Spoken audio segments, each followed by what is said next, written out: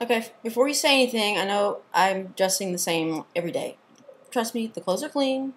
I'm working outside still, and I had to come take an air conditioning break because it is really hot out. It's 80, it's 81, which isn't really hot for Texas, but, February, it's warm. I'm sweating. So I had to put the air on. And I thought I'd come whilst I'm cooling and make a video and answer the questions that I brought up yesterday. What drives you crazy every day? And it would be drivers. I have a bad case of road rage. It's embarrassing, really. And I'm convinced there's, four types of drivers in Dallas anyway. The first one is the old driver.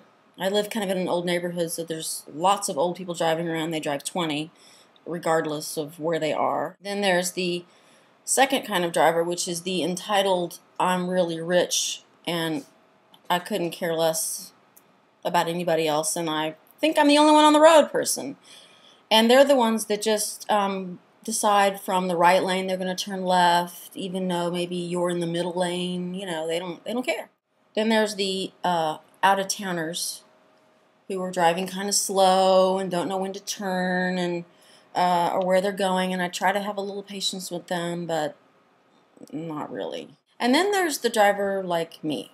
I really think that driving should be a contact sport. There are times where I wish I had tires mounted to the front of my car where I could just bump people out of the way. That would be good times. And if I were invisible, where would I go? Well, I don't know. Most people said the White House, the Oval Office. Maybe I would go there too. Just kind of, listen in, all the secrets and stuff. And then I've also struggled with what is the kindest thing anyone has done for me, because I have a hard time with people doing things for me. It makes me very uncomfortable. I'm the person that I'm taking care of people and doing things that makes me feel good. And I just couldn't come up with really one nice big thing. I think it's just lots of little things. I think the nicest thing that anyone has done for me is to be my friend.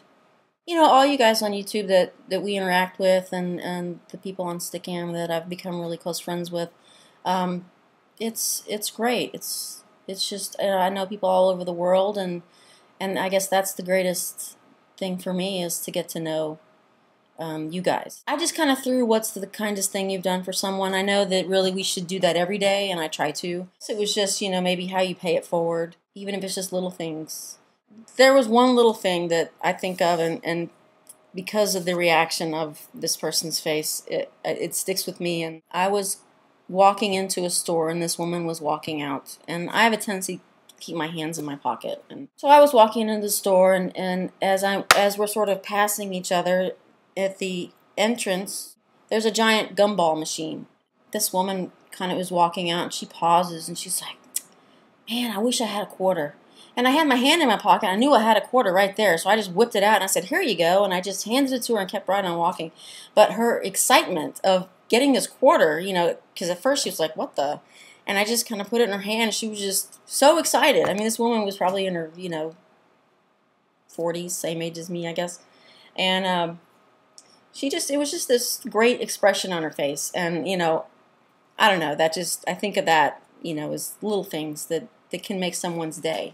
I know, Mary Lee, what you were talking about not sort of tooting your own horn kind of thing. But, I don't know, I just kind of like to know if people are nice. I think that most people are nice, but it's nice to hear niceties.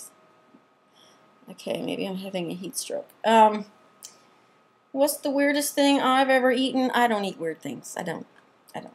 I'm very picky. I don't eat. So I'm pretty much a chicken and a cow person. And nothing weird. Meat and potatoes and veggies. And my partner ate this really weird food, and I'm sort of claiming this as the weird thing. I just wonder, I think the first person who ever decided to eat this must have been starving to death.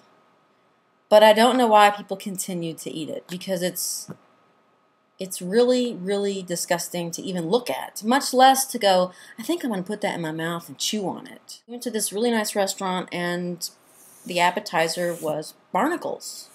So she orders the barnacles, and here they come out on a plate, and it looks like 10 severed, gray, wrinkly fingers with like a bunch of warts, and it was just gross to look at. It was disgusting. And of course, she saw the plate and was horrified at just the look of them. But she tried them and said that they were just as gross as they looked. Somewhere in the history of time, there has been somebody to eat something for the very first time. And, you know, you just wonder, who kind of thinks about that? I guess when you're sort of scavenging and you just start to eat things and some people die and they go, okay, don't eat that again, and then they move on to the next thing. That kind of fascinates me because there's a lot of things you see growing and I would never go, I think I'm going to eat that. And do I talk to myself? Yes, I do, very much.